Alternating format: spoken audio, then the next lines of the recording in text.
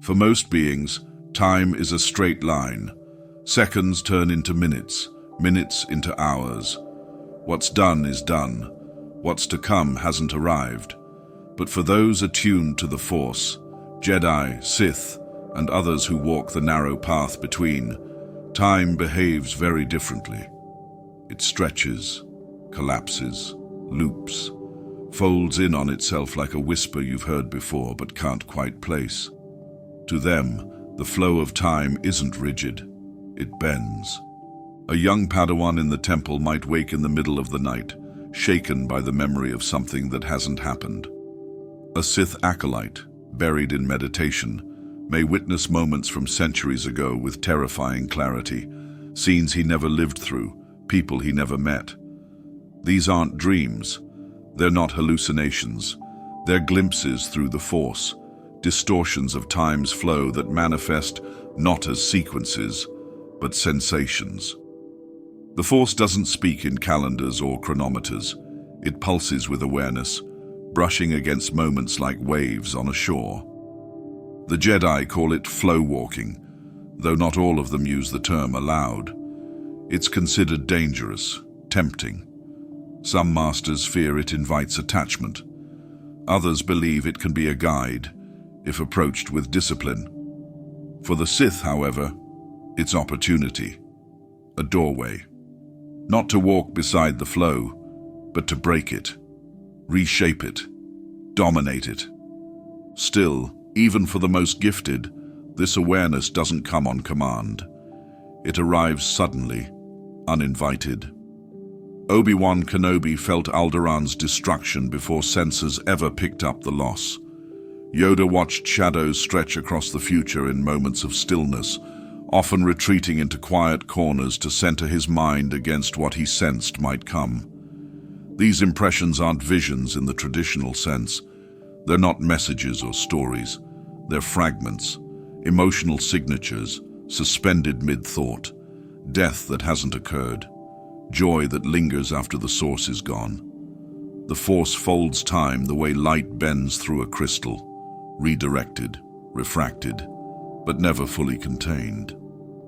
In the archives of Ossus, long before it was ruined, Jedi historians documented testimonies of knights who experienced entire conversations with people long dead. Not holograms, not dreams. Real-time exchanges that occurred during deep Force meditation, usually near ancient sites. Some returned from these sessions changed, others never returned at all. The Order eventually stopped encouraging the practice. They didn't ban it outright, but like so many things the Jedi found unnerving, they pushed it quietly into obscurity. The Sith, as always, responded differently. Darth Bane believed that with focus and willpower, one could step outside the linear sequence of time altogether.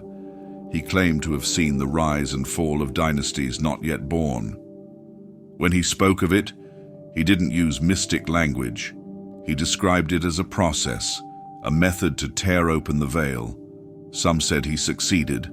Others whispered he became lost inside the very futures he tried to shape. Even without deliberate intent, strong Force users live with this strange relationship to time. The past clings to them, not as memory, but as presence. Anakin Skywalker, for instance, was haunted by feelings he couldn't explain. Dreams of his mother's pain, flash forwards to Padme's death. These weren't lessons. They were warnings, but only in hindsight. The Force never tells you when you're standing on the edge of a moment that matters. It simply flows around you, and if you're quiet enough, sometimes, you notice the current shift. This perception isn't constant. It doesn't grant omniscience. A Jedi can meditate for days and sense nothing beyond the ordinary. Then suddenly, a moment will crack open. Past and future bleed through. A single touch, a word, a presence in the room. These are the triggers.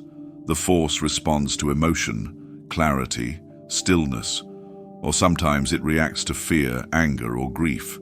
It doesn't judge, it reveals. The real danger lies in interpretation. Jedi are trained to let go, to observe without reaching. But even they make mistakes. Visions can mislead, not because they lie, but because they show possibilities. Possibilities mistaken for fate. The Sith take the opposite route. They see the future not as something to understand, but to conquer, to carve a path through it, regardless of the cost. That's why they fall faster. The Force doesn't take sides, but it does demand balance. When someone pushes too hard, something eventually pushes back. For the Force-sensitive, reality exists in layers. Most beings walk across the surface. Jedi and Sith sink beneath, their senses touching parts of time that others never perceive. It's a quiet terror, that sense of being slightly out of step with the rest of the galaxy. You see too much, feel what others can't, carry echoes of events that haven't yet arrived. And when they do arrive, you already mourn their impact. Some Jedi become numb to it. Others spend their lives trying to decode every flicker of insight, but none truly master it.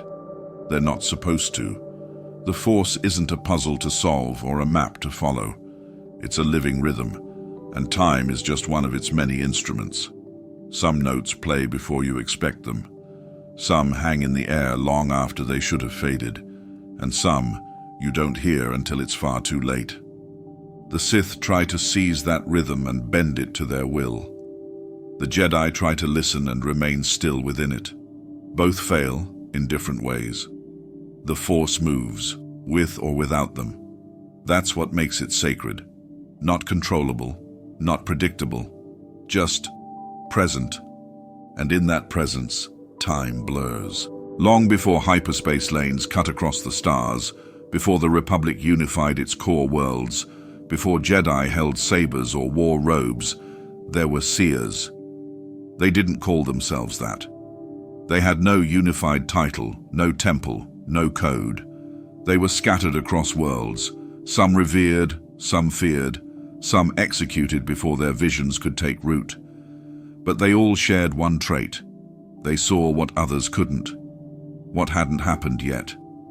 The earliest known Force precognitives came from the Miraluka, a species born without eyes, yet able to see entirely through the Force.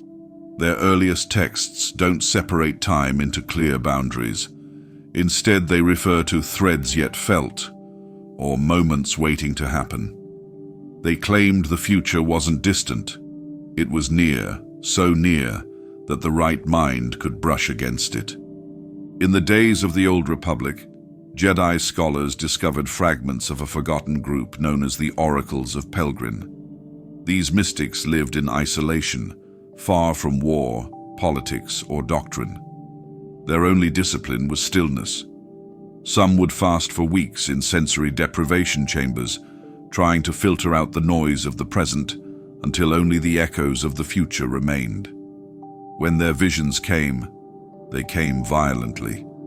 Convulsions, screaming, speaking in languages they didn't know. The records speak of one oracle who foretold the collapse of a galactic trade network 12 years before the first negotiation failed.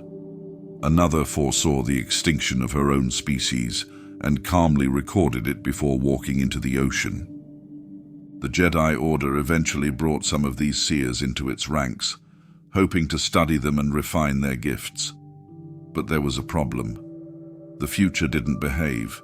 It didn't arrive in sequence. It skipped, changed, shifted course at the smallest provocation. What one seer experienced as inevitable, another would sense as unlikely. This led to confusion, then distrust. Prophecy began to feel more like risk than revelation. And yet, the allure of foresight proved impossible to ignore.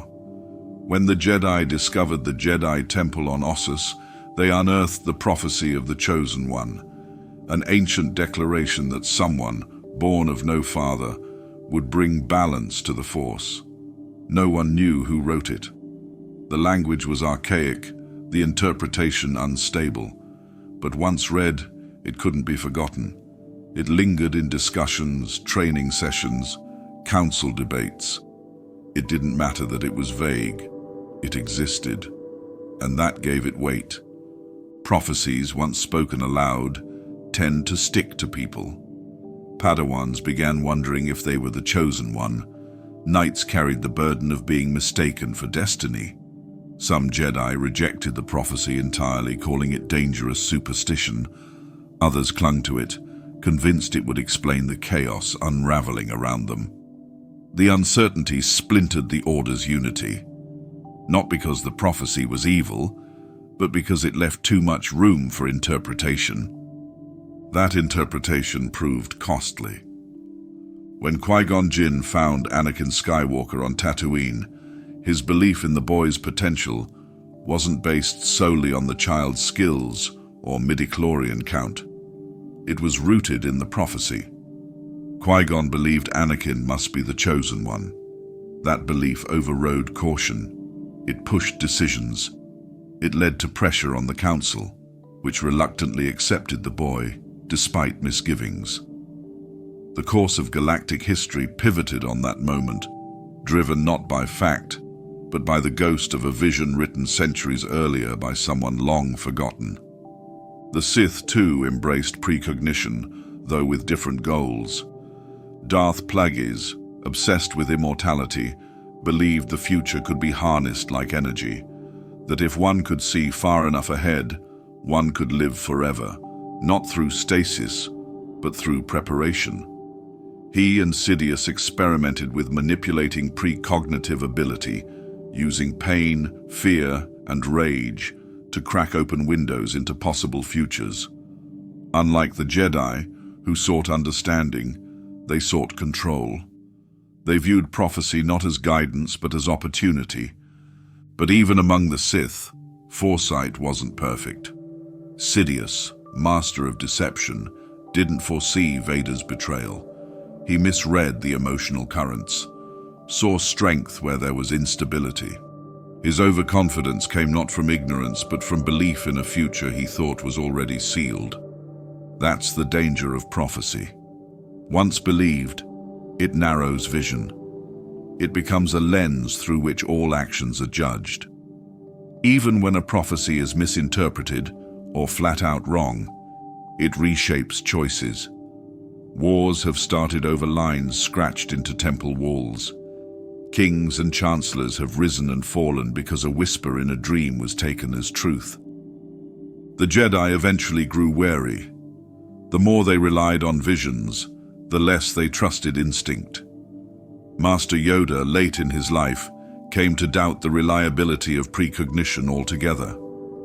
Always in motion, the future is, he warned. Not just poetic wisdom, an admission.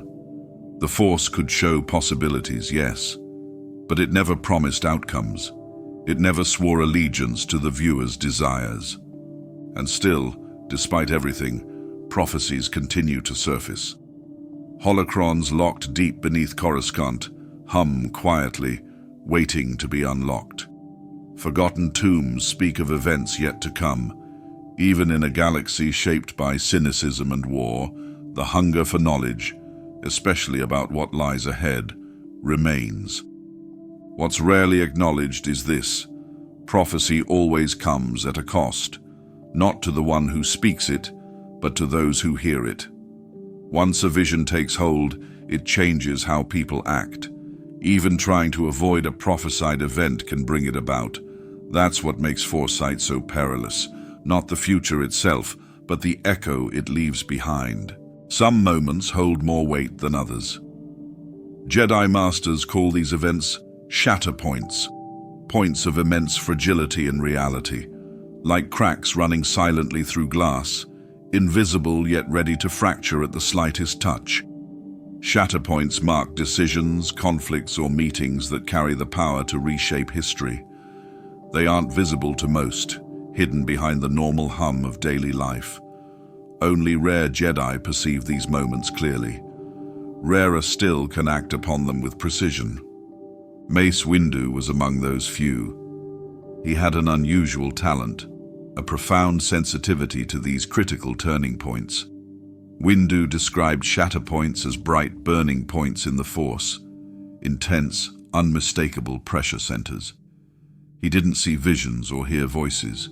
He felt raw possibilities, sensed ripples spreading outward from a single decision or action. His gift wasn't flashy or mystical, it was practical. It guided his choices, battles, and alliances. The Jedi trusted him because he navigated these sensitive crossroads confidently, knowing when to push, when to wait, and when to strike swiftly. This rare ability wasn't something Windu shared openly. Few Jedi understood it fully. Some even questioned its legitimacy, calling it intuition or heightened awareness. But Windu knew better. To him, the Force wasn't abstract. It had texture and temperature, pulses of tension he could track. When confronted with a situation, he'd close his eyes and feel the currents, reading the immediate futures branching from a single act. It helped him fight. He knew exactly where to apply pressure, which enemy posed the greatest threat, and when a victory could tip dangerously close to defeat. The Battle of Harun Kal became one of Windu's most defining experiences. While tracking rogue Jedi Depa Billaba, he found himself at the epicenter of a brutal war. Each choice seemed minor on its own, but Windu sensed deeper fractures beneath. A single mistake could trigger catastrophic consequences. Each interaction was heavy with potential outcomes. Saving one life could doom thousands more. For the first time, Windu struggled. Shatterpoints had never felt so vivid, so overwhelming. He saw clearly how fragile peace was, how easily everything could crumble from even his smallest gesture. It changed him. Windu returned from Harun Kal deeply aware of the cost of tampering with fate. But sensing Shatterpoints wasn't enough. Knowing something could shatter meant knowing when to act, or when to hold back. Often Jedi misunderstood that delicate balance. Some, in their eagerness, interfered too aggressively, causing unintended consequences. During the Mandalorian Wars, Jedi Master Lucien Dray repeatedly pushed events toward outcomes he thought best. He believed his interventions protected the galaxy, yet each decision deepened chaos, creating new fractures. Eventually, his attempts at control led him down a destructive path, twisting his intentions into tragedy. Even Windu, who mastered Shatterpoints, wasn't immune to miscalculations. His confrontation with Palpatine marked a turning point that rippled far beyond his understanding. The moment he stood in the Chancellor's office, lightsaber drawn, facing a Sith Lord, he sensed the criticality of that encounter. The decision to arrest or kill Palpatine wasn't simply tactical, it was existential. Windu recognized the gravity, but underestimated Anakin Skywalker's involvement. He knew Skywalker represented a volatile Shatterpoint, yet misread how deeply fear and attachment had consumed him. One miscalculation shattered the Jedi Order. Windu never saw it coming despite his gifts. Perhaps he stood too close, blinded by urgency or trust in Jedi authority. That's the peril of attempting to steer fate. Shatterpoints resist manipulation. The more aggressively someone tries to influence a critical turning point, the less predictable outcomes become. Sith Lords, who thrived on control, rarely grasped this nuance. Darth Plagueis believed fate could be bent by sheer willpower. He dedicated his life to altering key moments, convinced his actions shaped the galaxy's future.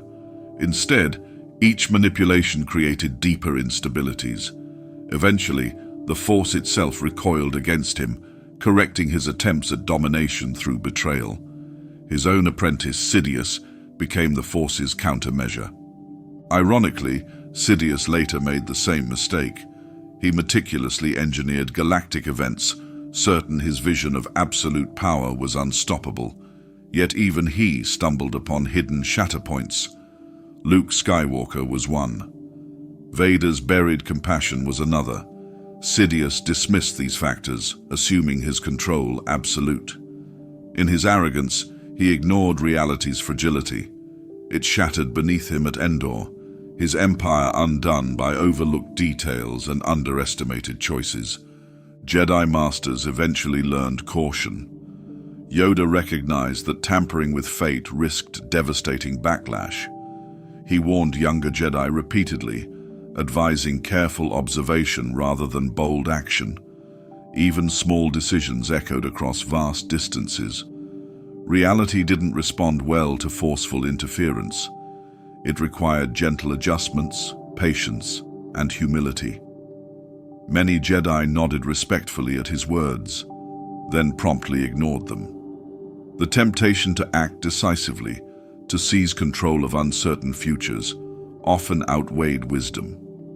Ultimately, understanding Shatterpoints meant accepting limitations. Mastery didn't equal dominance. Knowing when reality could fracture brought responsibility, not freedom. Jedi carried that weight reluctantly, aware every action might carry consequences beyond comprehension. Some, like Windu, thrived despite this burden. Others were broken by it. The Force never explained why certain moments became critical. It simply revealed possibilities, nothing more. Shatterpoints served as silent warnings, subtle reminders that fate, though fragile, wasn't easily mastered. Reality shifted suddenly, sometimes violently, resisting attempts at absolute control. Those who glimpsed its fractures often paid a steep price. Fate didn't appreciate being disturbed.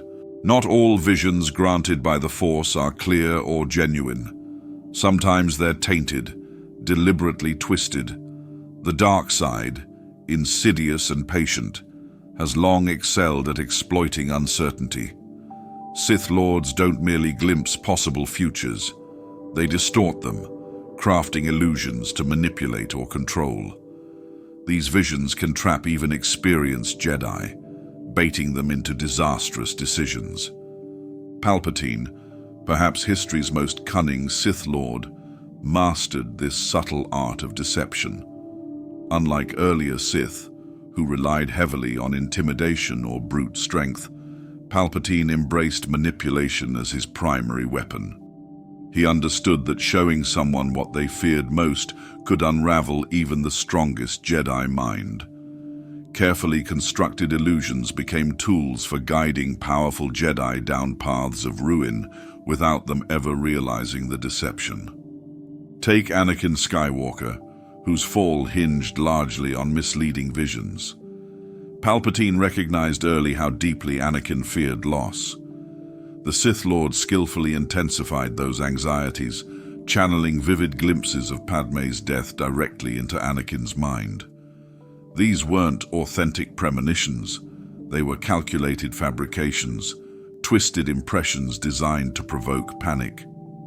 Anakin saw only what Palpatine wanted him to see, just enough truth to appear real, tainted by false details that magnified his desperation. Palpatine's method wasn't new. Sith records dating back thousands of years, detail visions employed as weapons. During the Sith Empire era, Darth Zana specialized in illusions that forced opponents to relive their greatest regrets or failures. Jedi encountering Zana were often overwhelmed, consumed by scenes from the past that felt agonizingly real. Those who survived described these visions as near-perfect replications of reality. Zana used their confusion as leverage, finishing battles before the Jedi recovered. Understanding these manipulations required immense caution from Jedi. The Council knew the Force was inherently neutral, capable of revealing both truth and deception. Visions didn't come with clear markers indicating their origin. Jedi learned early to question, to carefully examine context. Many relied heavily on meditation to interpret visions, filtering impressions through discipline and patience. But even with training, the line between real prophecy and illusion could blur dangerously. Master Obi-Wan Kenobi confronted this confusion more than once. Shortly before the Clone Wars erupted, Kenobi endured visions that predicted widespread suffering and loss among his closest companions. Troubled, he sought advice from Master Yoda, who counseled caution. "Attachment clouds clarity," Yoda reminded him. Obi-Wan, trusting Yoda's wisdom, stepped back. The visions faded over time, revealed later as deliberate distortions crafted to provoke rash actions. The Council quietly noted this lesson, reinforcing caution among younger Jedi. Other Jedi weren't as fortunate. Quinlan Vos, a respected but impulsive knight, fell victim to false visions during his undercover missions against Count Dooku. Sith agents planted deceptive images in Vos's meditations, portraying his Jedi allies as traitors secretly aligned with separatists. Each illusion carried just enough plausibility to appear genuine. Over time, Vos's trust fractured completely, isolating him from those who sought to help. Only intervention by trusted friends and extensive healing meditation restored his clarity, but lasting damage had already occurred. Why did the Sith favor these distortions? Simplicity. Physical strength required constant effort. Manipulation through illusion, however, attacked vulnerabilities from within. Jedi trained rigorously to guard against obvious physical threats.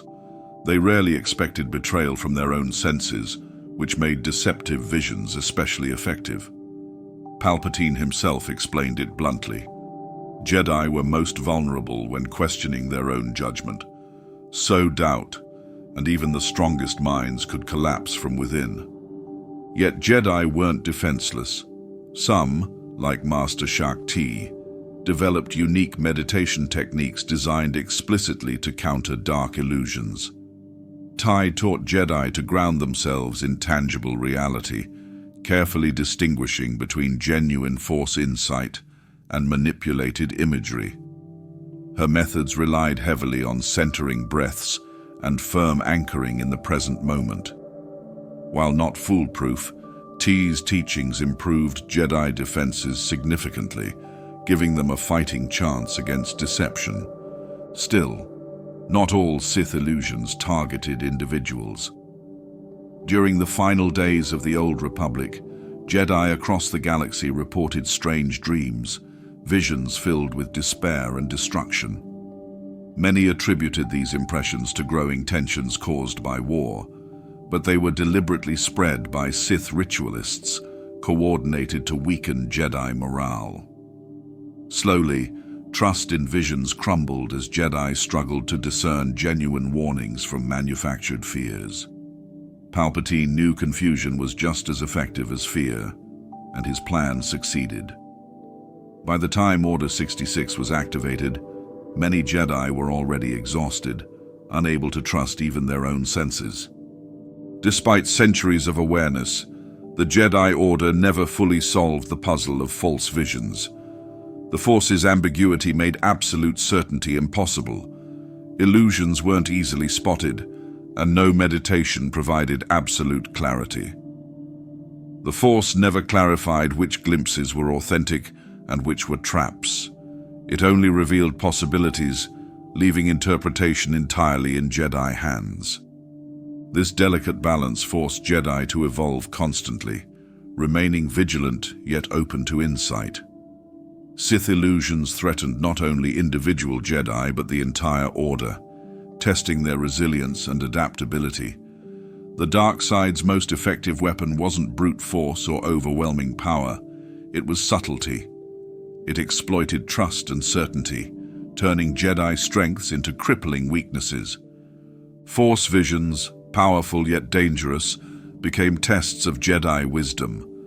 The line separating truth from illusion grew thinner each time Sith deceptions succeeded. Jedi navigated cautiously, forever aware that visions, no matter how vivid or compelling, could be lies designed to break them from within. The Force allows for perception beyond ordinary limits, but there exists a lesser-known branch of ability that bends time itself, not by traveling through it, but by distorting its rhythm. Temporal manipulation isn't taught in most Jedi temples, not because it's inherently dangerous, but because it teeters on the edge of unpredictability. It works in moments, not hours, in fragments, not full sequences. Even among Jedi Masters, only a handful have touched its boundaries with any real understanding. At its core, temporal manipulation is about perception, how time is experienced, rather than how it functions physically. Some Jedi could slow their sense of time during combat, feeling milliseconds stretch long enough to assess, decide, and act. Others could accelerate their perception during meditation, experiencing clarity across thoughts that would take hours to fully process under normal conditions. It wasn't a spell or trick. It was focus, deep, exhausting, and rarely sustainable. The archives on Ossus once held entire scrolls on this technique. Most were locked behind restricted access, reserved for Jedi Masters and historians specializing in Force anomalies. Among the oldest was a scroll attributed to Jedi High Seer Aelri Kar, written thousands of years before the Clone Wars. Her writings describe the sensation as riding the current beneath the moment, where thought outpaces breath and the world crawls behind you. According to Kar, it wasn't just training, it required emotional neutrality. Any fear or desire during the process could disrupt the balance, causing a backlash in perception that disoriented the user for days. This distortion had practical use. Jedi healers sometimes applied temporal focus when operating on critical patients, extending their sense of reaction time to perform rapid internal adjustments that would be impossible otherwise. In war, certain Jedi generals used it to lead troops through split-second decisions. These moments were rare, however, and often misunderstood by those observing them. A Jedi who appeared impossibly fast wasn't always moving faster. Sometimes they were simply thinking quicker. The technique wasn't without risk. One of the earliest recorded failures came from Jedi Knight Voro Sen, who attempted to maintain accelerated perception across an entire battlefield. He succeeded for a few minutes, then collapsed. Witnesses say his body trembled violently as if caught between moments. He survived, but lost all temporal awareness for nearly a month, unable to distinguish between seconds or hours. His report warned against extended use, noting that bending time, even mentally, frayed the edges of one's identity. Interestingly, some Sith also studied temporal distortion, though their methods differed. Where Jedi approached the ability through patience and clarity, Sith used intensity. Rage became the trigger. Darth Venor, an obscure figure during the 100-Year Darkness, documented the ability to create micro-surges in time during lightsaber duels. For him, slowing perception wasn't enough. He claimed to strike faster than cause itself, suggesting he could move in a way that defied physical logic. Whether his reports were exaggeration or reality remains unclear, but several Jedi opponents described him as impossible to track mid-combat. As expected, this raised ethical concerns. Jedi scholars debated whether manipulating time, even mentally, was an acceptable use of the Force. While slowing perception might seem harmless, critics argued it could lead to overconfidence or detachment from natural consequences. Time moves forward for a reason, they said. To interfere, even in small, invisible ways, risked creating imbalance. The High Council eventually agreed that such techniques should not be widely taught. Those with the potential to explore them were quietly monitored. Permission was granted only under controlled circumstances. Temporal manipulation became one of the many gray zones, allowed but discouraged, studied but not trusted. The Jedi weren't afraid of the power itself. They feared what it might lead to. For example, prolonged use risked losing touch with others. A Jedi capable of slowing their mind to crawl speed could become frustrated with normal conversation, detached from real-time empathy. Some began speaking too slowly or too quickly. Others grew restless, their thoughts racing far ahead of every interaction. A subtle isolation formed, not through intention, but as a byproduct of altered rhythm. These Jedi rarely ascended to leadership. Many withdrew into long meditations or archival work, avoiding roles that required connection. Despite these concerns, some Jedi persisted.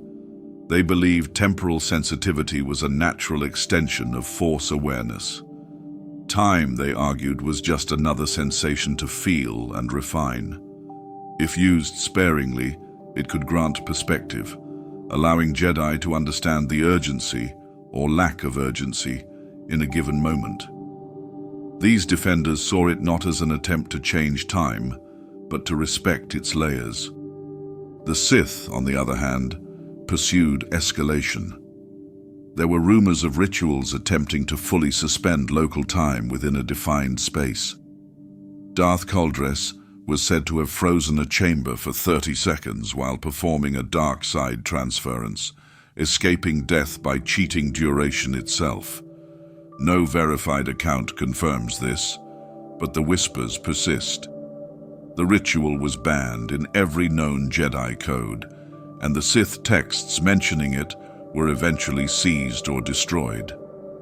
Ultimately, temporal manipulation remains an elusive corner of Force study, powerful, subtle, and deeply misunderstood. It isn't about seeing the future or traveling to the past.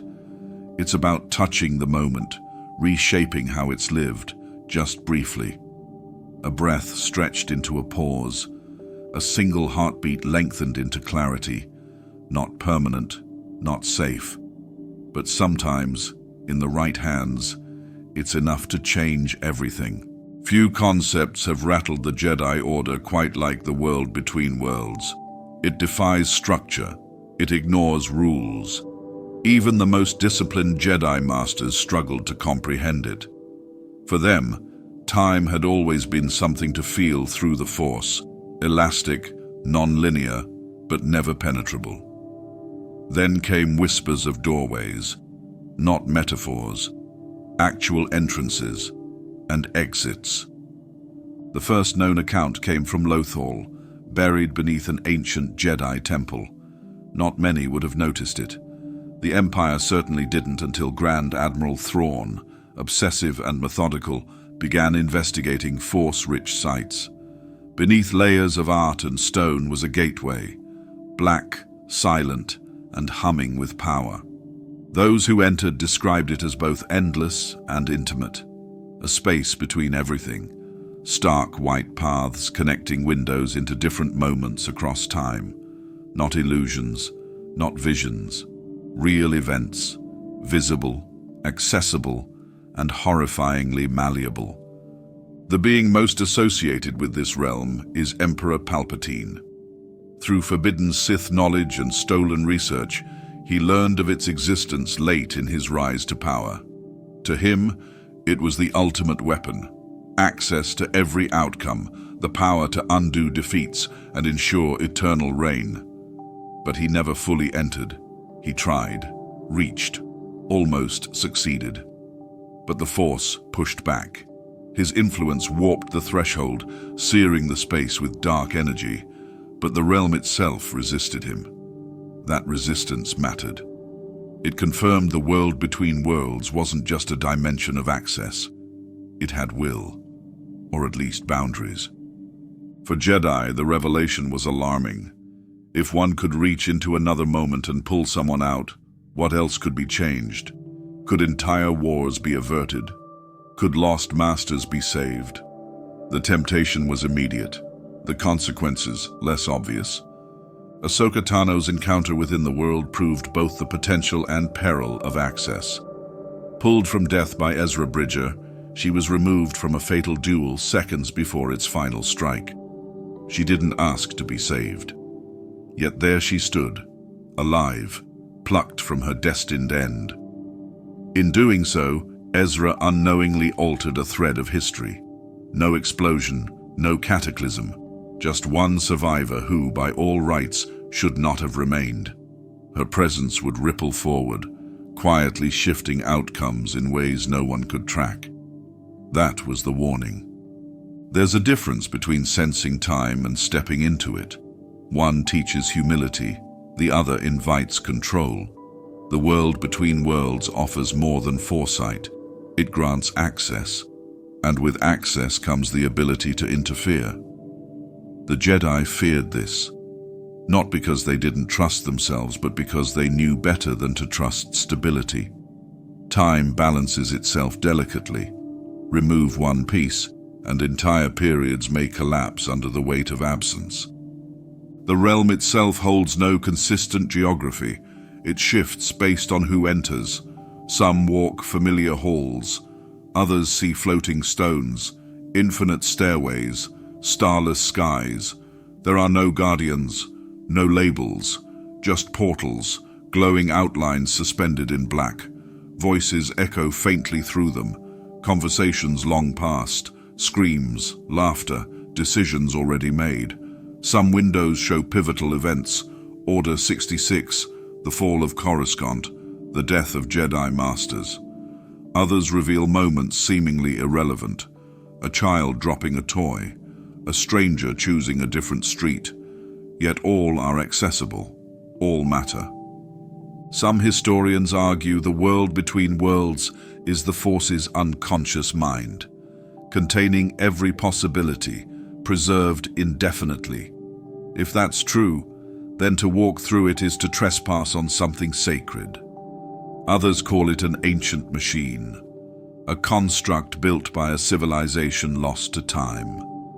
The artwork on the Lothal Gate suggests connections to the Mortis gods, entities who themselves represent facets of the Force.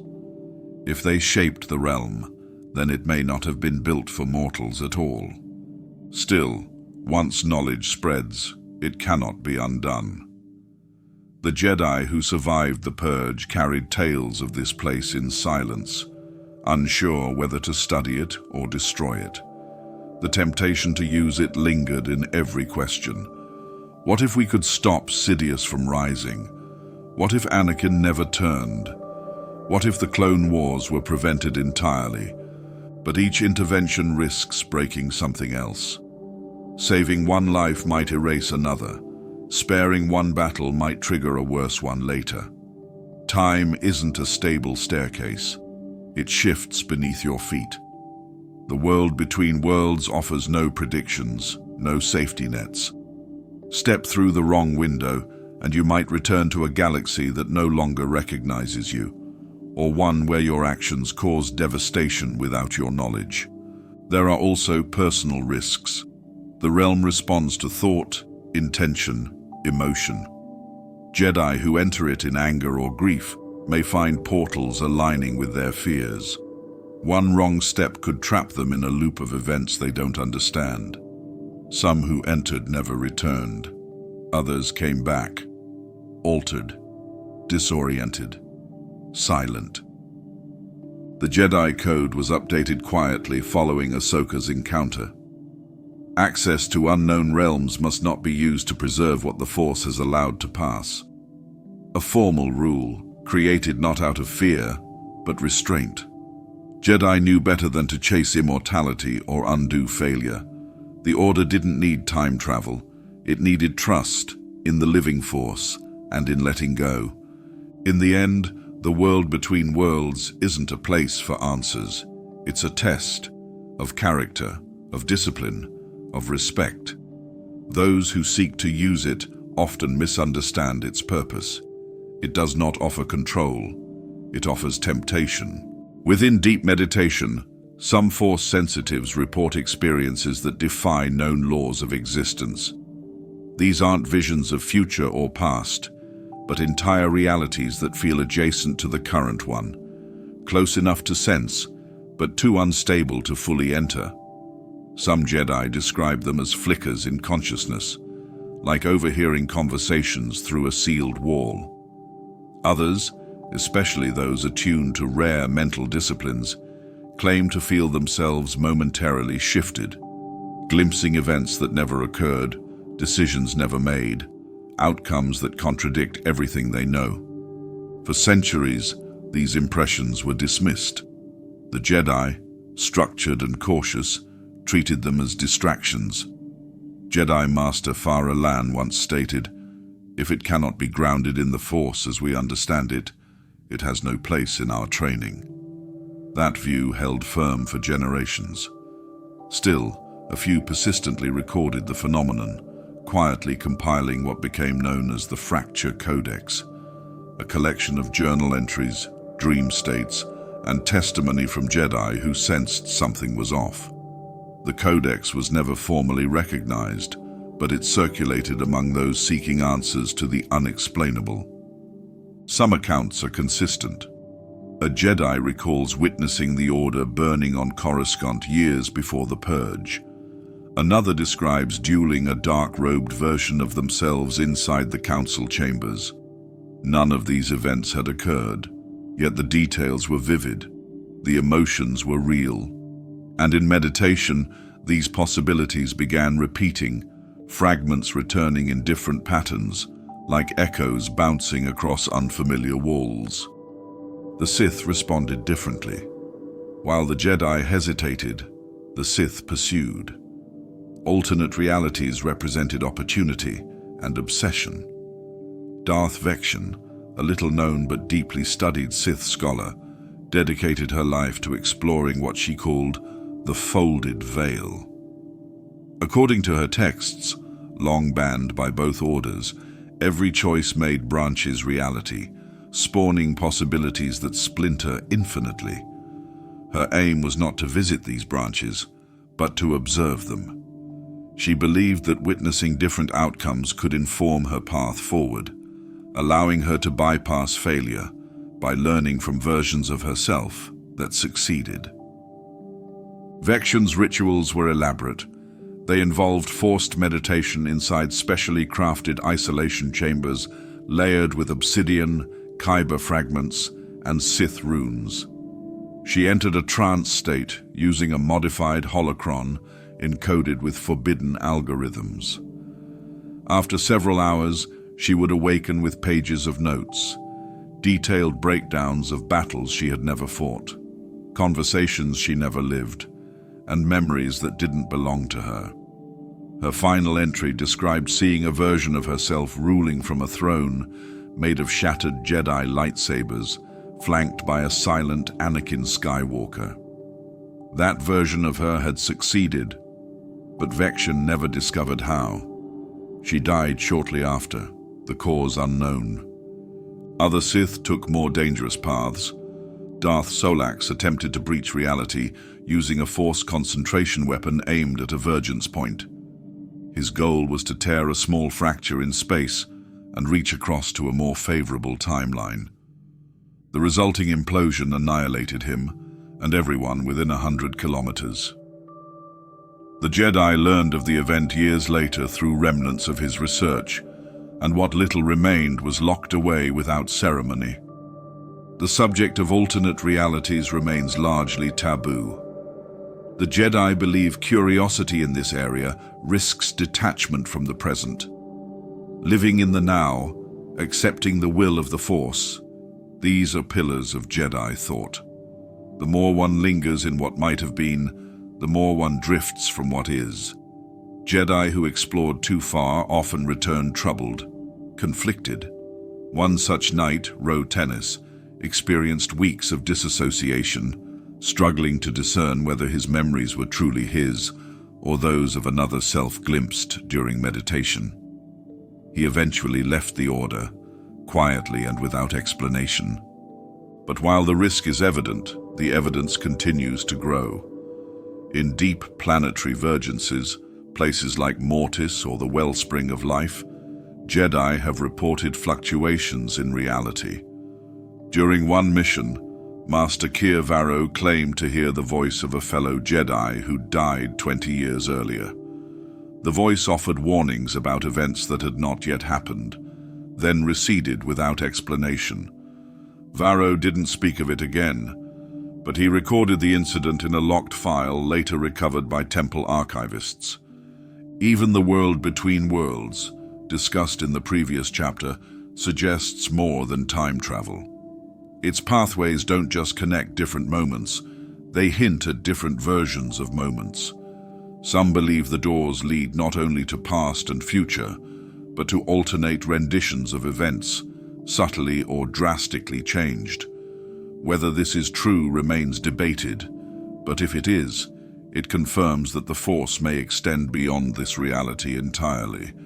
There are still texts, buried or hidden, that speak directly of other worlds, not other planets, other timelines. The Jedi Council made it policy to classify these as speculative, often labeling such texts apocryphal or corrupted. But the Sith never stopped looking. For them, power comes not from restraint, but from access. The more they could see, the more they could manipulate. Alternate realities weren't a curiosity. They were a resource waiting to be harvested. And so, buried beneath conflicting philosophies, fear, and ambition, lies a possibility that refuses to disappear, that countless realities stretch outward from every moment, and that the Force, in its strange and vast awareness, knows them all. Among the most perplexing disturbances ever recorded by Force sensitives are temporal loops, closed circuits in time, where events repeat endlessly for a select individual or group, with little or no memory of prior cycles until the pattern begins to fracture. These are not legends or abstract theories. The Jedi archives contain accounts backed by first-hand logs, recovered holocrons, and testimonies from those who lived through the same hour, day, or moment, again and again, until something broke the cycle. One of the earliest documented cases occurred on the moon of Lerash 7, a planetless body orbiting a dead star in the outer rim. Jedi Knight Anile Trask was sent there alone to investigate strange fluctuations in the Force detected by a passing survey vessel. She landed, explored the surface, then sent a distress beacon that repeated the same phrase every 7 minutes. "I've already done this." By the time a rescue team arrived, 26 identical beacons had been deployed around her crash site. Each had slightly different timestamps. Trask was found unconscious, but stable. Upon waking, she recounted reliving her descent and crash over and over again. Time, she claimed, snapped back each time her foot touched the surface. The Jedi Council examined the case but found no signs of local gravity anomalies or manipulation devices. What they found was a Vergence point hidden beneath Lerash's crust, one that pulsed erratically and didn't align with any known temporal rhythm. The Temple's final conclusion labeled it an anomaly born of the Force itself. Trask never returned to active duty. She retired quietly and never spoke of Lerash again. Other cases were stranger still. During the Old Republic, a group of Padawans training on Arthanal 4 went missing for 3 standard weeks. When they were finally located, they appeared completely unaware of their absence. From their perspective, only an afternoon had passed. Their instructors noticed discrepancies in behavior, slight shifts in personality, different speech patterns, even subtle alterations in saber technique. One student could suddenly speak an unfamiliar dialect fluently. Another described seeing the same starship land 4 times before realizing it was the same moment repeating. The High Council quietly sealed the mission's records. Jedi scholars began to consider that loops might not always be accidental. Some believed the Force used them as tests, forcing repeated confrontation with failure or indecision. In such cases, escape wasn't achieved through action, but understanding. Recognition of a hidden truth, acceptance of loss, letting go. These moments weren't physical puzzles, but internal ones, reflections of unresolved fear or pride that echoed through time until acknowledged. Master Ken Dolor, a philosopher in the Coruscant Temple, wrote extensively on this theory. He believed time loops occurred only when the Force demanded clarity from an individual, and when the surrounding conditions amplified internal conflict. The loop begins when the heart refuses to listen, he wrote, and ends when the soul finally hears. Though poetic, his view gained traction among Jedi who had experienced recursive phenomena. Not all loops were personal. Some affected entire regions. On the shattered world of Vergence, local inhabitants told of days that seemed to rewind just before natural disasters. A flood would destroy their village. Then the next morning the sun would rise again on the previous day. No water, no damage. This happened 4 times before the village vanished completely. Jedi investigation revealed a Sith structure buried beneath the mountains nearby, covered in runes indicating a failed temporal experiment. The structure had collapsed centuries earlier, suggesting the anomaly outlived its creators. While most Jedi sought to avoid or resolve these loops through insight, others attempted escape through technique. The lost path of Vitar, an obscure Force meditation method recovered from a ruined temple on Selenor, taught initiates to anchor their consciousness to fixed moments in personal history. This technique, if practiced over years, allowed a Jedi to recognize when time deviated from its natural path. It worked for some, but proved dangerous for others. Anchoring to a memory too strongly often resulted in a form of mental paralysis, where the user could not tell the present apart from the recalled moment. Some never recovered. The Sith, unsurprisingly, took a different approach. They saw loops as opportunities to refine mastery. Darth Ferrix was infamous for intentionally trapping herself within a repeating duel, an engineered cycle she created to rehearse every variation of combat against her rival.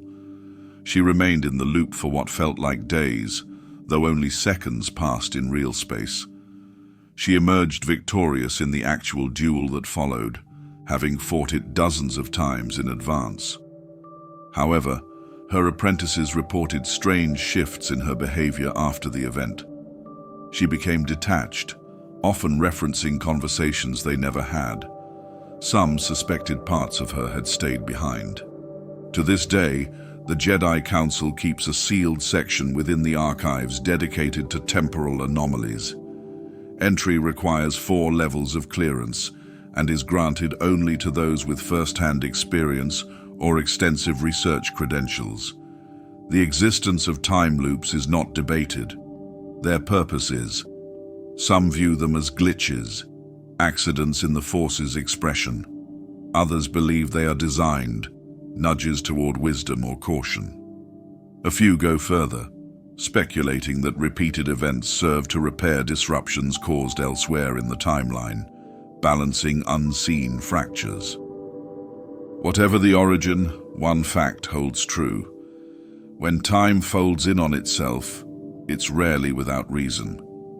The Force doesn't offer repetition casually. There are moments when a Jedi will pause mid-action, overtaken by a feeling that something is off. A conversation sounds too familiar. A location feels deeply known, though they've never been there. Sometimes the sensation is harmless, brushed off as fatigue or imagination. But the more attuned Jedi learn not to dismiss it. These instances may be echoes, faint impressions from lives not lived, timelines not followed, possibilities barely out of reach yet somehow brushing against the now. The Force doesn't always communicate through clear visions or structured prophecy. Sometimes it whispers. Through overlapping timelines and subtle emotional feedback, Force-sensitive beings experience these quantum echoes, residual traces of choices not taken, lives not led.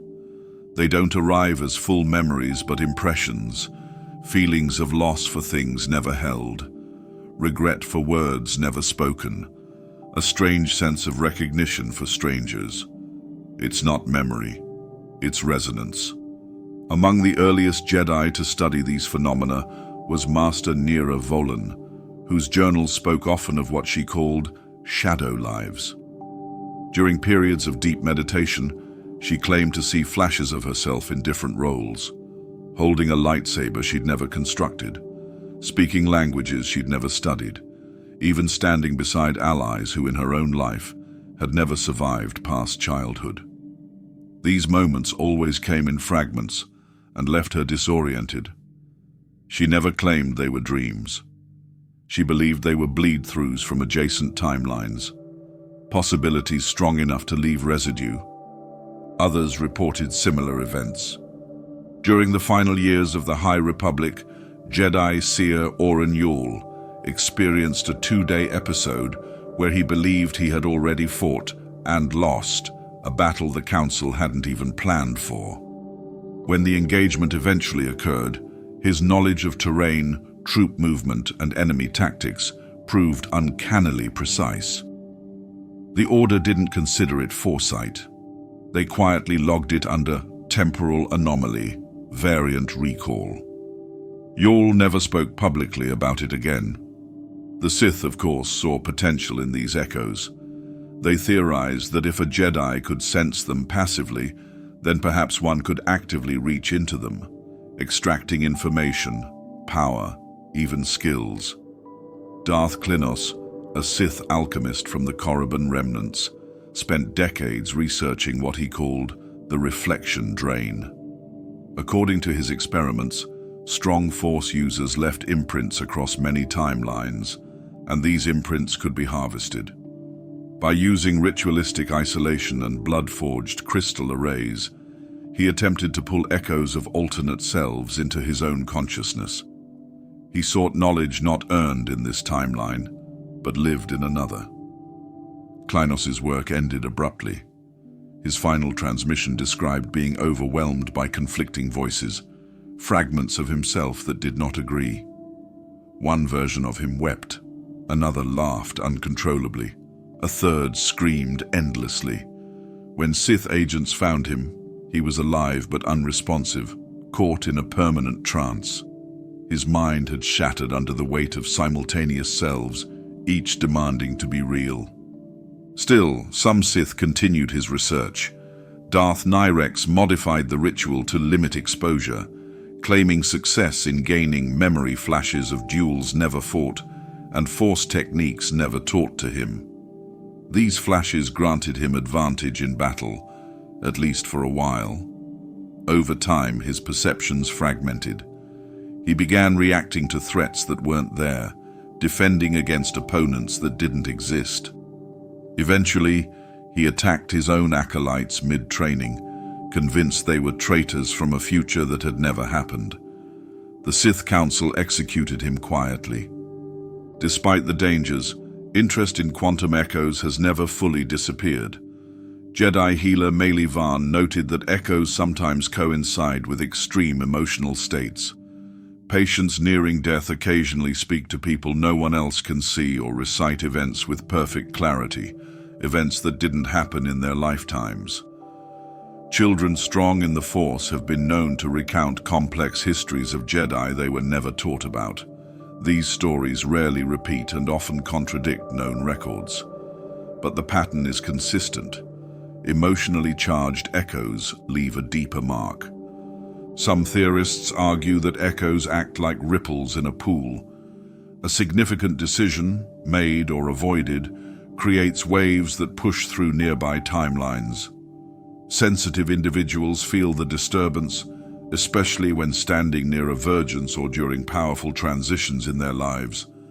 These waves aren't strong enough to rewrite memory, but may influence instinct, causing someone to hesitate, flee, or reach out without understanding why. Jedi Master Teran Vo proposed that quantum echoes aren't accidents. He believed they serve as warnings. If the Force allows you to feel an echo of a broken path, perhaps it's nudging you away from making the same mistake. His teachings encouraged Jedi to treat moments of unease as opportunities to reflect, not dismiss. He didn't suggest obedience to the feeling, only awareness. But not everyone agrees. Jedi Council members like Seo Kun warned against indulgence in such sensations. He saw them as distractions, paths towards self-absorption. "We serve the living force," he once said. "Let us not chase the ghosts of unrealized lives." And yet, they persist. Whispers in silence, hints of what might have been. Some Jedi avoid them, others chase them. But all who encounter these echoes are changed, however subtly. The Force remembers every possibility, even those that never fully unfold. The Jedi teach that death is not the end, but few understand what that truly means until they encounter a Force ghost. These apparitions are not mere echoes or tricks of the light. They are conscious entities, spirits of Jedi who learn to persist after physical death, retaining identity, memory, and presence. And they exist outside the framework of time. They do not age, they do not change. They observe, intervene, and advise from a place unbound by linear progression. For most Jedi, death marks the transition into the Force, a final surrender. The self dissolves, joining the great current that flows through all living things. But for a rare few, something different occurs. These individuals remain tethered to the living realm, not as prisoners, but as guides. They are fully aware of events unfolding long after their demise, capable of interacting with the living, sometimes across great gaps in history. To them, time does not march forward. It exists as one continuous whole. Qui-Gon Jinn was the first known Jedi to achieve this state in the modern era. His appearance to Yoda shocked the ancient master, not because of the message delivered, but because it defied everything the Order believed about death. Jedi doctrine emphasized release, not persistence. Yet here was a fallen knight, communing from beyond, not as a fading memory, but as an active consciousness. His presence rewrote the rules. It wasn't an accident. Qui-Gon had studied a lost branch of the living Force, guided by ancient texts believed destroyed. He learned that by surrendering ego and embracing compassion at the moment of death, a Jedi could retain identity within the Force without falling into corruption or obsession. But the process was not taught in the temple. It had to be discovered. That secrecy was intentional. The path was dangerous. One misstep, and a soul could become trapped between realms, unable to move on or return. Yoda, after his encounter with Qui-Gon, began training in this technique himself. So did Obi-Wan. Later, Anakin, redeemed in his final moments, joined them. These spirits reappeared across decades, advising Luke Skywalker, watching over the last remnants of the Order, and in rare instances, intervening. Their appearances were brief, their timing precise. They didn't linger without purpose, and they didn't always arrive when called. What makes Force ghosts so remarkable is that they don't appear to experience time as the living do. Obi-Wan once spoke to Luke after the fall of the Empire, referencing events from the Clone Wars, his own death, and Luke's recent actions, all with equal clarity, as though they were concurrent. This suggests that within the Force, time flattens. Moments coexist. A Force ghost does not look back on history. They stand within it. This challenges everything the Jedi believe about destiny and free will. If a spirit can watch events unfold across centuries, are those events fixed? Or are they merely observed from a place beyond their flow? Jedi philosophers debated this fiercely in the years following the Empire's fall. Some argued that Force ghosts offered proof that time is circular, always repeating. Others believed their presence confirmed the Force as a non-linear consciousness, reacting to moments, not measuring them. The Sith, by contrast, never achieved true Force immortality. Many tried. Darth Bane, creator of the Rule of Two, imprinted his essence into a holocron, hoping to endure through it. Darth vitiates scattered pieces of his spirit across hosts, desperately clinging to existence. But these attempts lacked balance. Sith preserved themselves through domination, not compassion. Their fragments became warped, unstable, more parasite than spirit. None became true ghosts. There are also ethical concerns. Jedi don't summon Force ghosts like tools. Contact must be mutual. Attempting to force communication can lead to disastrous consequences. There are records of Jedi who tried and failed, calling into the void and returning with shattered minds or false visions. The training required to receive a Force ghost safely is as important as the training to become one. More mysterious still are the moments when Force ghosts intervene without warning. When Luke stood on Ahch-To, lost in grief and doubt, Yoda appeared not just to comfort him, but to correct him. He set fire to the old texts, laughed, taught. That encounter was not summoned, it was necessary. The ghost appeared because something within the Force permitted it, because the moment demanded presence. And then there's the question of legacy. If Jedi can return after death, guiding the next generation, does anyone ever truly pass on? Or do they become eternal guardians, watching over the galaxy forever? That thought unsettled many within the Order. Jedi are taught to release attachment, to let go. But Force ghosts remain because of love, duty, or unfinished purpose. Some see it as a blessing, others as a burden. What's clear is this: death in the Force is not a wall, it's a threshold. Some pass through it and merge into peace. Others step aside and remain, not clinging, but witnessing. These spirits don't rewrite fate, they don't undo the past. They exist beyond time's current, watching as the galaxy rises, falls, and begins again. Among the countless weapons crafted by the Sith over generations, few are as dangerous or misunderstood as artifacts that bend the very structure of reality. These aren't just tools of influence or power. They don't merely amplify aggression or twist perception. They fracture logic. They rewrite the rules of space and time in localized, unpredictable ways. And the deeper the corruption in the artifact, the more unstable the environment around it becomes.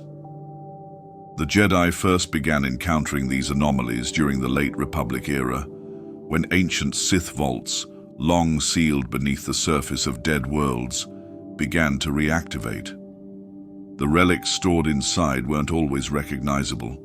Some took familiar forms, daggers, masks, holocrons.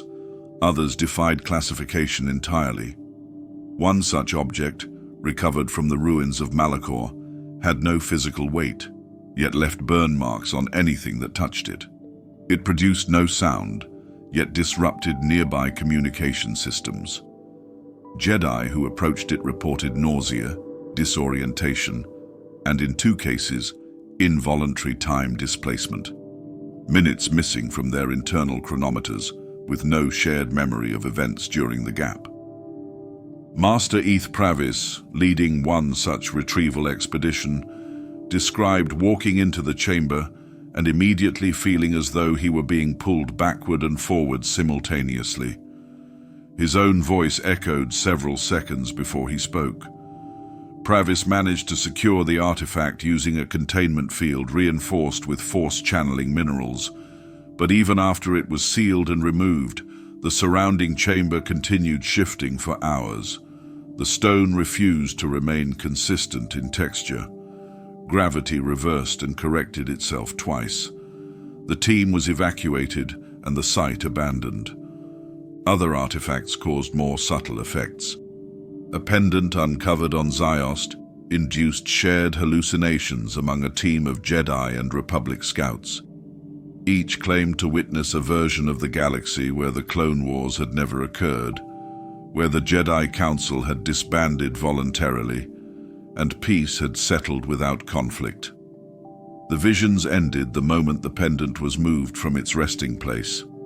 When the Jedi attempted to destroy it, the surrounding air hardened, forming an impenetrable sphere around the object.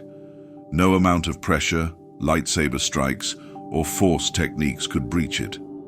Eventually, the pendant was transported to a deep vault beneath the Jedi Temple, where it remains under lock and surveillance. The Sith didn't create these artifacts as curiosities. They were crafted intentionally, some as experiments, others as traps. Darth Atrenus, one of the lesser-known Sith warlords, recorded in his journal that the laws of time are not immutable, they are vulnerable. He believed that by embedding strong dark side intent into physical matter, reality could be instructed to behave differently around that object. In a sense, he wasn't wrong. Many of the most unstable artifacts share one common trait. They were created during moments of great emotional trauma or sacrifice. Blood rituals, deaths of masters, or collapse of entire armies. These events leave scars in the Force, and the Sith learned how to forge relics within those wounds. One particularly dangerous case was the Mirror of Vergence, found in a forgotten tomb on the edge of the unknown regions. At first glance, the mirror simply reflected the viewer. But after 30 seconds of continued gaze, the reflection began changing, first subtly, then dramatically. Jedi who stood before it reported seeing older versions of themselves, younger selves wearing Sith robes, or even versions bearing scars from battles that never occurred. When one Padawan attempted to touch the glass, she was pulled forward physically. The team managed to stop the process mid-draw, but her hand remained translucent for days. It phased through solid objects, and she reported hearing voices whispering in unrecognizable languages. She eventually recovered, though her connection to the Force became muted, never returning to previous strength. Containment of these artifacts is an ongoing challenge. Standard vaults often fail. Materials that resist lightsaber penetration or dampen Force influence don't always neutralize temporal distortion. Some artifacts require environments where time itself is controlled. Sealed chambers where artificial stasis can slow interaction to a crawl. Even then, certain relics seem to awaken periodically, disrupting systems and creating sudden spikes in Force activity that ripple outward through the temple halls. The Council's policy has remained firm. No artifact demonstrating spatial or temporal instability is to be studied directly without 3 layers of containment and the presence of at least 2 senior masters. Unauthorized handling results in immediate disciplinary action. Even so, a few Jedi have attempted unsanctioned contact. Most were caught. A few were not. At least one knight vanished after accessing the Vault of Severance, which held a cube retrieved from Exegol. No trace of him or the cube has been found. Despite the danger, there remains a quiet curiosity among both Jedi and scholars. Not out of arrogance, but inquiry. What if these relics aren't just corruptions, but messages? What if they're fragments of different timelines preserved in matter?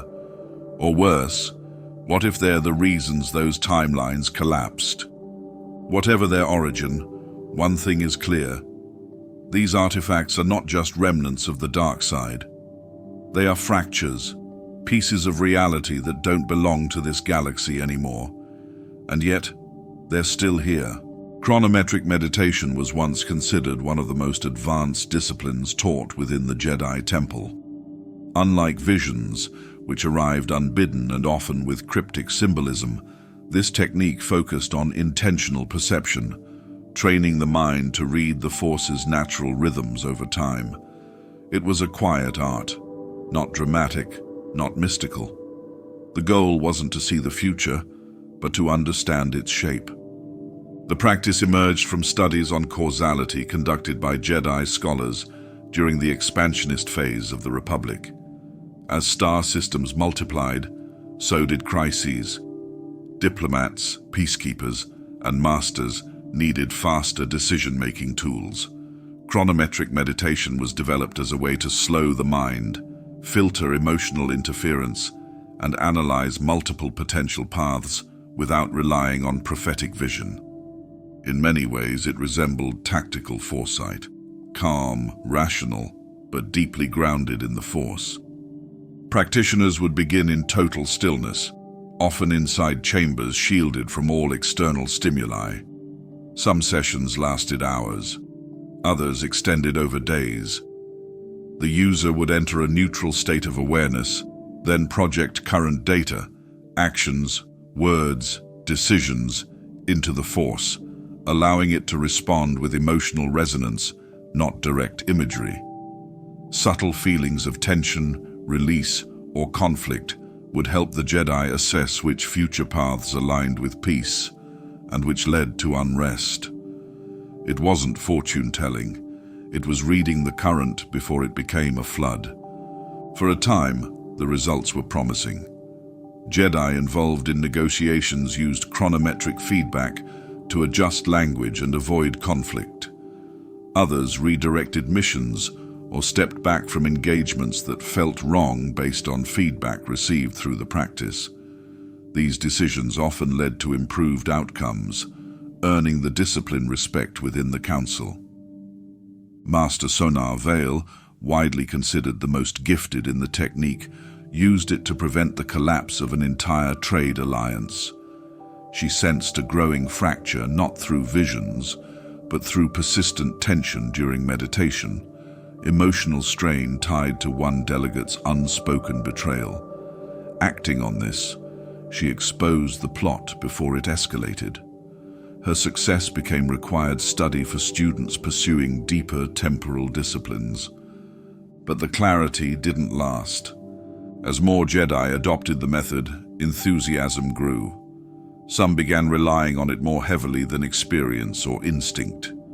Without rigorous discipline, interpretations skewed toward personal bias.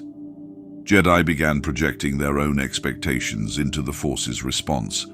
A subtle shift in feeling might be mistaken for absolute warning. A moment of calm might be read as inevitable success. The technique, designed to enhance understanding, gradually became a source of false certainty.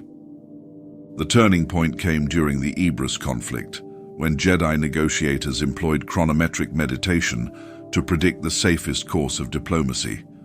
Their readings indicated minimal resistance.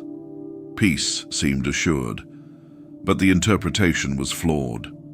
The feelings of calm weren't reflective of the local government. They came from a manipulated report fed into the process. Believing the path was secure, the Jedi walked into an ambush. 4 were killed, dozens injured. The event became known as the Ibris misreading. Following the tragedy, the Council reassessed the technique's reliability. While some still defended its potential, the risk of misuse proved too great. Jedi who lacked emotional neutrality or who rushed the process often pulled false impressions from the Force, mistaking them for truth. The Council issued a formal restriction, barring use of chronometric meditation for strategic or predictive decisions. It was not outlawed entirely, but it was no longer part of standard training. A few masters continued to practice it in private. They treated it as a personal discipline, useful for reflection, not decision-making. Master Ki-Adi-Mundi reportedly used it during solitary walks in the temple gardens, describing the process as listening for shifts, not answers. He never used it for council decisions. He said it wasn't meant for clarity.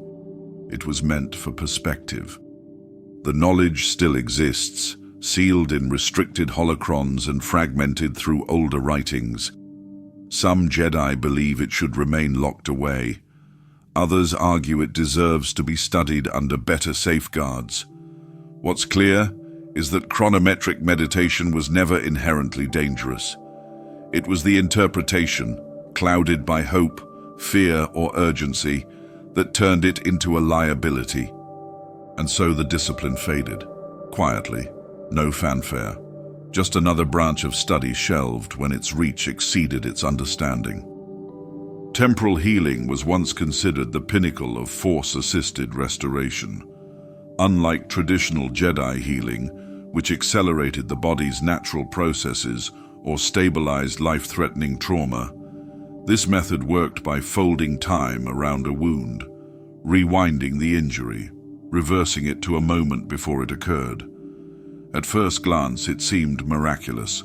Bones realigned without pain. Burned skin reappeared, unscarred. Severed limbs flickered back into place for mere seconds before vanishing again. The technique was never widely taught. Most Jedi never heard of it. Its origins are difficult to trace, but scattered fragments suggest it may have been developed during the earliest age of Jedi experimentation with temporal perception. The few scrolls recovered from fallen outposts reference anchored reversal, a method requiring immense precision and focus to avoid destabilizing the surrounding area. Even when successful, it came at great cost: mental, physical, and ethical. The method didn't work by erasing time. It temporarily peeled back a sliver of it. The healer didn't just manipulate flesh. They pulled the body's state from a previous moment, one preserved in the Force's memory. This made the technique unpredictable. Success required not just power, but deep emotional control. If the user's focus faltered, the reversal might pull from the wrong moment, or extend beyond its intended effect. One of the earliest known practitioners, Jedi Master Deran Solari, reportedly used temporal healing to save an entire village wounded by a reactor explosion. Eyewitnesses claimed he stood in silence as the injured were surrounded by a shimmer in the air. Blood retreated into closed wounds. Children with broken limbs stood up and ran. For 2 minutes, it was as though the tragedy had never occurred. But when the effect ended, 6 of the healed collapsed again. Some injuries returned differently, internal, undetectable until too late. 3 later died from complications that no medbay could explain. The council was alarmed. Temporal healing blurred the line between assistance and control. By restoring one version of reality, a Jedi could unintentionally erase another. What if someone saved had been destined to influence future events? What if that healing led to imbalance? More importantly, what qualified one Jedi to decide which version of time should remain? Then came the case of Master Rel Kavar. During a battle in the Mid-Rim, Kavar used the technique to save his Padawan, who had suffered a fatal strike. The process succeeded. His apprentice rose, alive and unscarred. But in doing so, Kavar unintentionally rewound the surrounding 5 meters of terrain by 15 seconds. Enemy blasters repositioned. A nearby Jedi who had just deflected a shot was struck instead. She died instantly. Kavar had saved one life and cost another. The battle ended, but the council convened immediately. The choice was made. The technique was too unstable to justify continued use. Some Jedi argued for refinement. They believed the power could be disciplined, studied, and reduced to safe applications. But others warned that any technique which toyed with time was inherently corruptible.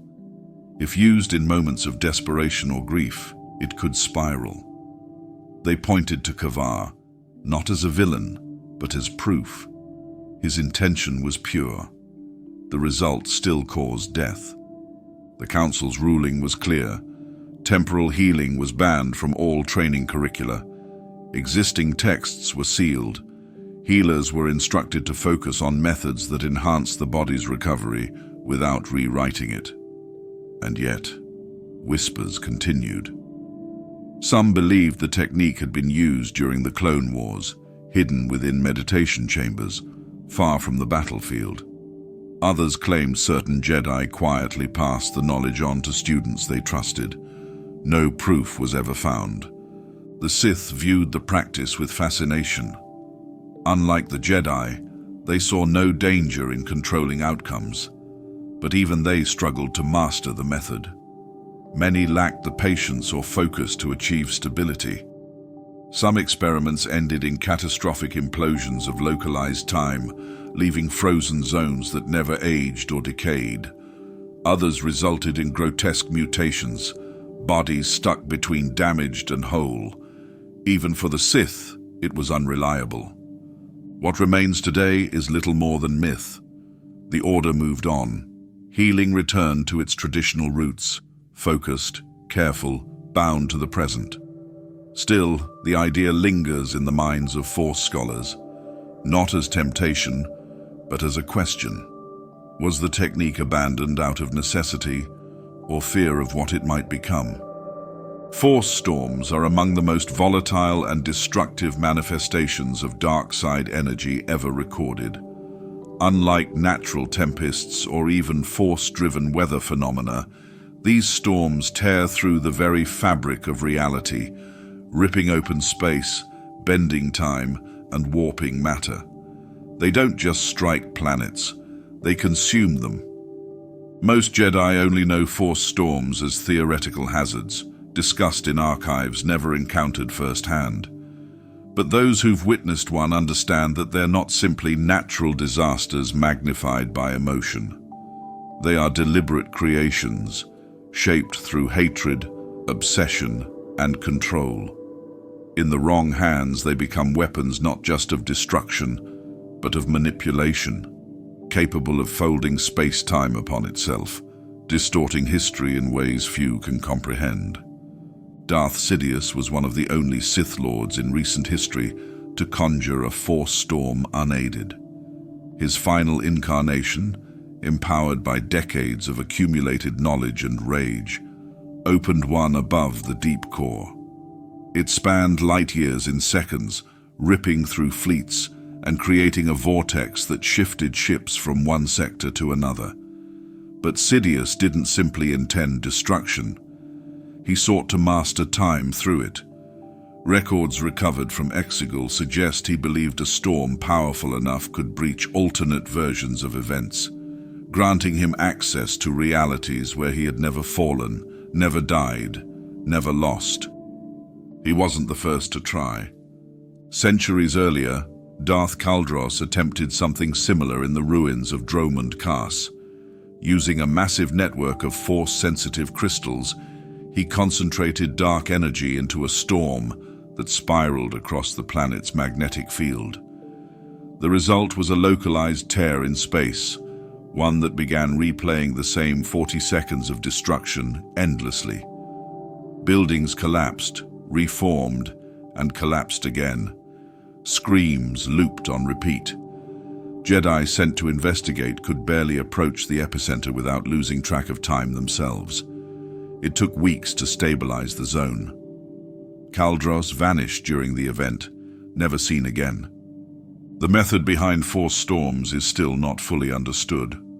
Some theories describe them as psychic whirlpools, born when too much dark energy spirals inward, collapsing order and unleashing entropy. Others believe they're the result of consciousness pressing too hard against time's boundaries. What is known is that once a storm begins, containing it is nearly impossible without deep coordination among powerful force users. The Jedi developed defensive protocols specifically for these events. Anchoring techniques performed in synchronized meditation could sometimes slow the spread. Shielding squads, small groups of Jedi focused entirely on grounding local reality, were deployed to protect nearby settlements. In severe cases, force-sensitive engineers created artificial Vergence zones to redirect storm energy into less populated regions. But these methods weren't guaranteed to work, and when they failed, entire sectors suffered. One notable case involved the planet Molinex. A Sith cult attempted to summon a controlled force storm to access the past, hoping to retrieve their fallen master at the moment of his death. What they opened instead was a cascading fracture that pulled fragments of the planet's history into the present. Entire buildings reappeared from centuries earlier. People spoke in languages long extinct. Portions of the planet skipped forward in time by decades. The cult was destroyed in the chaos, but the aftershocks lasted for years. The Jedi eventually declared Molinex unstable and prohibited all further landings. Some Sith believed force storms could serve as shortcuts, tunnels through time. But the danger was always greater than the potential reward. Every attempt left scars on the Force, some of which never healed. Even Sidious in his arrogance lost control. His storm nearly consumed his fleet before it collapsed inward, dragging his consciousness into the void he helped create. For the Jedi, Force storms represented a failure of discipline, a warning of what happens when raw power overrides harmony. They were not just natural disasters, but distortions of truth and sequence. Stabilizing one required more than strength. It required restraint. Jedi defenders had to resist reacting with fear or aggression, focusing instead on balance, restoring alignment between the Force and the moment unraveling before them. Though rare, Force storms remain a threat. They are born when ambition breaks loose, when emotion overrides structure, and when the Force is bent too far. They don't just threaten the present, they threaten the flow of everything. Vergences are locations where the Force gathers unnaturally, forming concentrated pools of energy that defy ordinary understanding. These places aren't merely rich in power, they distort reality. Time stretches, contracts or loops. Space folds without warning. Objects age or revert. Some who enter never return. Others exit with memories that don't match the present moment. Throughout Jedi history, Vergences have drawn both awe and caution. Early records from Tython describe areas where meditation yielded insights far beyond normal perception. Masters would retreat there to reflect on matters of galactic consequence. Decisions made within these zones often carried strange accuracy, as if the Force whispered outcomes before they arrived. But the same clarity came with risk. Some Jedi reported sensing not just the future, but futures, stacked, overlapping, contradicting one another. The Jedi High Council eventually established a dedicated branch of research known as the Vergence Observational Circle. Its members traveled the galaxy, documenting known Vergences and evaluating their behavior over time. They discovered that these sites were not fixed. A Vergence could form after immense tragedy or intense birth, often following wars, massacres, or planetary alignments. Once formed, the surrounding laws of reality became unstable. One of the most studied examples is the Vergence on Yalara. Deep within a forested canyon, Jedi researchers found that equipment failed unpredictably. Standard chronometers ran backward. Lights dimmed without power fluctuations. Voices echoed before being spoken. A test subject left inside the field for 12 minutes claimed he had spent 3 days reliving the same conversation with a figure he could not identify. The Jedi pulled him out when his vital signs began desynchronizing from real-time monitors.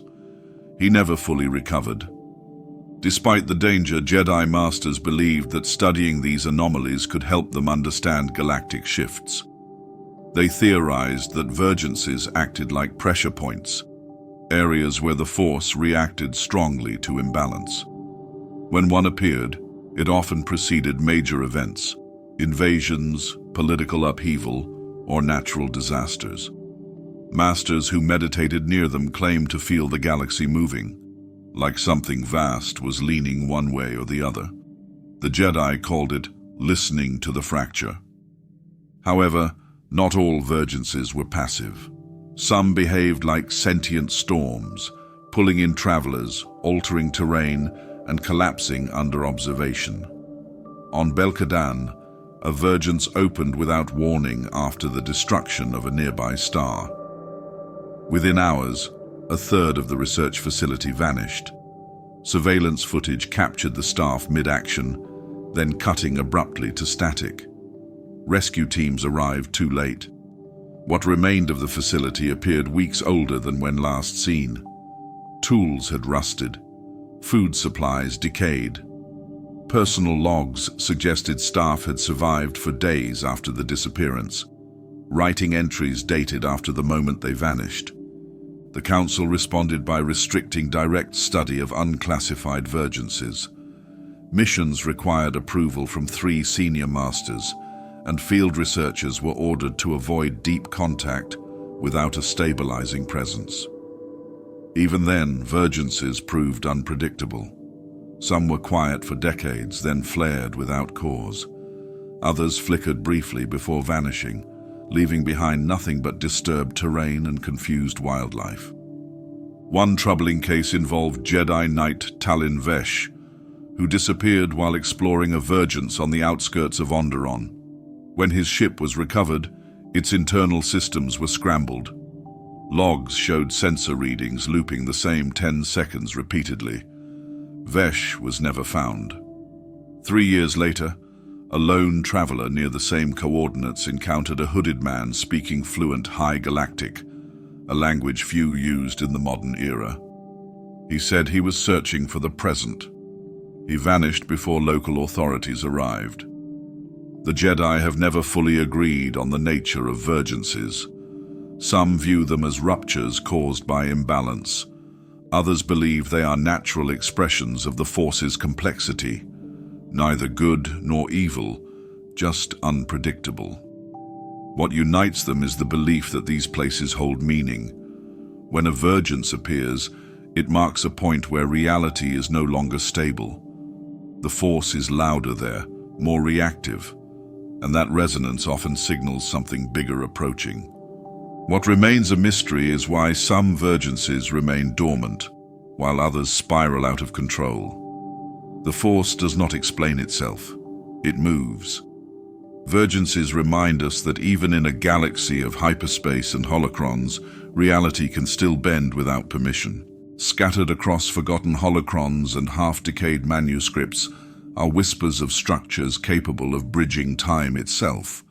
Temporal gateways, portals that link distant eras through the Force. These accounts come not from the fringe, but from ancient Jedi historians, archivists, and field masters who claim to find ruins too old to date, with energy signatures too erratic to categorize. One of the earliest references comes from the writings of Master Uvel, who compiled texts following the collapse of the First Great Schism. He spoke of a circular threshold hidden deep beneath Ilum, carved into the ice by an extinct order known as the Guardians of Stillness. Uvel never activated the gateway, but he documented carvings that suggested it once allowed users to step between centuries. His notes ended abruptly. The final line simply reads, "The gate remembers." Some Jedi dismissed these stories outright, labeling them fables born from misunderstood Vergences or misinterpreted relics. Yet the consistency of the descriptions, circular forms, pulsing light, sudden vanishing of nearby wildlife, persisted across sources separated by thousands of years and entire galactic regions. Not all dismissed the possibility. The Jedi Council approved a limited number of expeditions over time to investigate rumored sites. One was sent to a moon orbiting Rand, where seismic scans revealed a symmetrical subterranean cavity.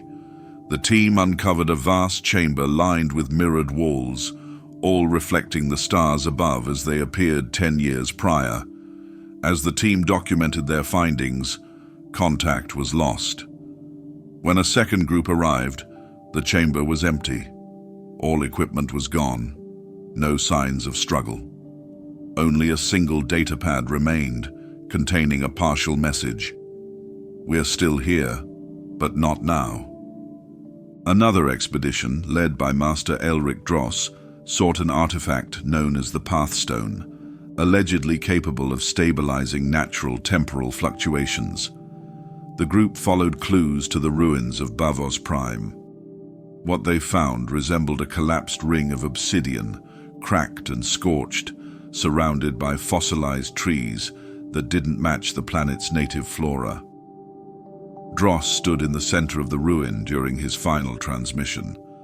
He reported feeling disconnected, unable to sense his own thoughts clearly. The signal ended mid-sentence. His team was never recovered. The consistent absence of survivors did not end inquiry. Jedi researchers debated the implications. Were these true gateways, or simply force-heavy illusions? Did they fold time, or merely reflect it in ways the mind couldn't process? Some argued that a strong Vergence might mimic the feeling of temporal displacement, creating false memories or perceived shifts. Others believed the gateways were real and sealed for good reason. Records from the Rakatan Infinite Empire hinted at similar constructs. Though most of their technology was rooted in domination and brute power, several recovered data cores describe devices called time anchors, used to observe critical events across centuries. They claimed to witness the fall before it began, though no description was found of what the anchors looked like or how they functioned. The Sith, of course, were not content with observation. Some sought to force these gateways open. Darth Malvanis reportedly sacrificed his entire legion, attempting to activate what he believed to be a dormant portal buried beneath Hoth. When the structure collapsed, it pulled every life form within 5 kilometers into a rift. It remained open for 78 seconds. Starships in orbit reported their sensors scrambling, detecting brief ghost signals from past and future Republic vessels. The phenomenon ended as suddenly as it began. The Jedi Council eventually declared all research into temporal gateways restricted. While no definitive proof of their function was ever established, the pattern was clear. Those who pursued them often disappeared, or returned changed. The Force, it seemed, guarded time as jealously as it guided life, and gateways, if real, weren't simply pathways. They were tests. Still, quiet study continued. A few archivists catalogued unusual ruins, cross-referencing Force surges with planetary records. Some even believed the world between worlds might be the master key, a metaphysical structure linking not just moments, but doors. If so, temporal gateways could be localized extensions, fragments of a larger design, built long before any Jedi or Sith recorded history. But each new lead leads to silence. Expeditions fade into myth. The question remains unanswered. Were the gateways real, or a warning misread as invitation? There are stretches of galactic history where the records simply stop. Names vanish. Wars are unaccounted for. Technological advances appear without documented origin. To most, these gaps are dismissed as data corruption or archive decay. But some Jedi suspect something more deliberate, an entire era removed not by accident, but intention. The term Lost Era was first coined by archivist Kelim Rava during a review of pre-Republic holocrons. While tracing the lineage of Force-sensitive bloodlines, he encountered a void, 73 years of missing entries. This wasn't erosion, it was absence, consistent, surgical, and untraceable. Dozens of systems showed identical data loss, as if coordinated across thousands of locations. When Rava attempted to restore the records, the backups showed the same blanks. No anomalies, just nothing. That silence set off alarm bells within the archives. Several Jedi Masters began reviewing related cases, unexplained cultural discontinuities, sudden changes in hyperspace routes, and conflicting planetary histories. In one instance, an ancient Naboo artifact referred to a queen whose name did not match any on record, even though the date matched exactly. In another, a Jedi Master's name appeared in multiple locations with no connecting biography, as if two lives had been spliced from one origin. The prevailing theory among those who studied these incidents was temporal concealment, that somehow, through manipulation of the Force, or something more technological, a section of history had been hidden, perhaps rewritten, not erased, but folded. The events might have happened, but the memory of them had been removed from the stream of galactic awareness. Why such a thing would be done remains debated. Some believe it was a desperate attempt by ancient Force users to contain a catastrophe, not through force, but forgetfulness. Seal the knowledge, seal the outcome. Others argue it was a tool of control.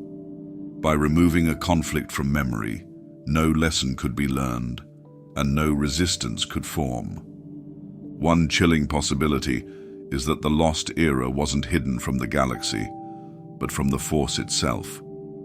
If a group managed to sever a segment of time from the Force's flow, they might prevent future Jedi from sensing it, or from drawing wisdom from it. That level of manipulation is considered impossible by most scholars, but then again, so were Force storms, until they weren't. Several expeditions were authorized to trace signs of the missing era. They followed corrupted hyperspace lanes, incomplete star maps, and ruins with architectural styles no longer recognized. Most returned empty-handed. One team, led by Master Kale Vaughn, reported discovering a partially buried vault on the moon of Endali. Inside were fragments of data crystals, damaged but legible. The recovered records referenced a group known as the Ithari, described as keepers of sealed time. No further mention of this name exists in any verified archive. Vaughn's team attempted to decode the materials. One phrase appeared repeatedly across several shards: "Let no echo awaken." The team's findings were archived, and the site was placed under permanent restriction. Vaughn later disappeared while en route to Coruscant. His ship was recovered. He was not. Those who study the lost era face an ethical dilemma. If the past was buried for protection, what harm might come from its return? Would rediscovering it repair something broken, or unseal something meant to stay contained? And if the Force itself has moved on from those events, should Jedi dare to pull them back into view? The Council has taken no formal position. Some masters prefer to let the mystery remain. Others monitor fringe researchers quietly, ensuring no one gets too close to answers that may carry unseen consequences. But the curiosity persists. Silence, after all, is not the same as peace, and the more that's uncovered, the clearer it becomes that the past, buried or not, always leaves traces. The Force is often spoken of as energy, binding, guiding, living, but among Jedi philosophers, there exists a deeper understanding. The Force not only connects all things, it holds time itself together. It does not simply flow through moments. It maintains the structure between them. Without this balance, the past becomes unstable, the future unmoored, and the present fragmented. Jedi masters tasked with studying galactic equilibrium referred to this aspect of the Force as the spine, a term denoting its unseen, stabilizing influence across both space and time. The concept was abstract, but its effects were measurable. When that balance held firm, temporal anomalies were rare. But when corrupted, particularly through intense dark side activity, disturbances emerged, loops, echoes, sudden fractures in reality that resisted logic. Over centuries, the Jedi developed protocols to monitor such imbalances. Specialized seers, trained not in prophecy but in resonance, were tasked with sensing rifts in the Force's temporal consistency. These Jedi didn't seek visions. They listened for dissonance, places where time pulsed irregularly or events repeated with subtle changes. They served quietly, often working alongside archivists and healers, not warriors. But their role was no less vital. The Sith, by contrast, rarely acknowledged the Force as a stabilizing presence.